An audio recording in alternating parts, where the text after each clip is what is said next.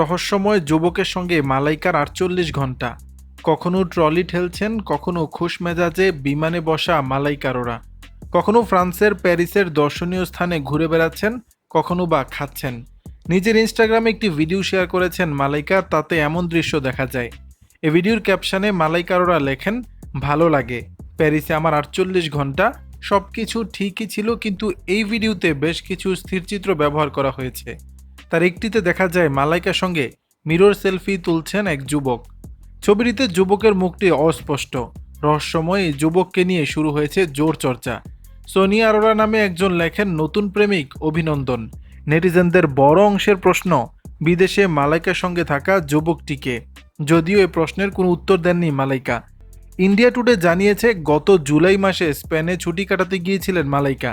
সেখানেও তার সঙ্গে এক যুবককে দেখা যায়, কিন্তু তার মুখটি ঝাপসা করে দিয়েছিলেন মালাইকা।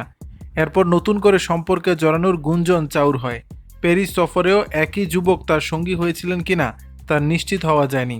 সম্প্রতি ইনস্টাগ্রাম স্টোরিতে একটি পোস্ট দেন মালাইকা। তাতে এই অভিনেত্রী লেখেন, হৃদয়, মন এবং শরীরের সঙ্গে আপনার সবচেয়ে দীর্ঘ সম্পর্ক, সুতরাং তাদের সঙ্গে সদয় আচরণ করুন। বলিউডের আলোচিত প্রেমিক জুটি অর্জুন কাপুর ও মালাইকারোরা, তাদের সম্পর্কের বিষয়টি ওপেন সিক্রেট। দীর্ঘদিন লিভ ইন সম্পর্কে রয়েছেন তারা।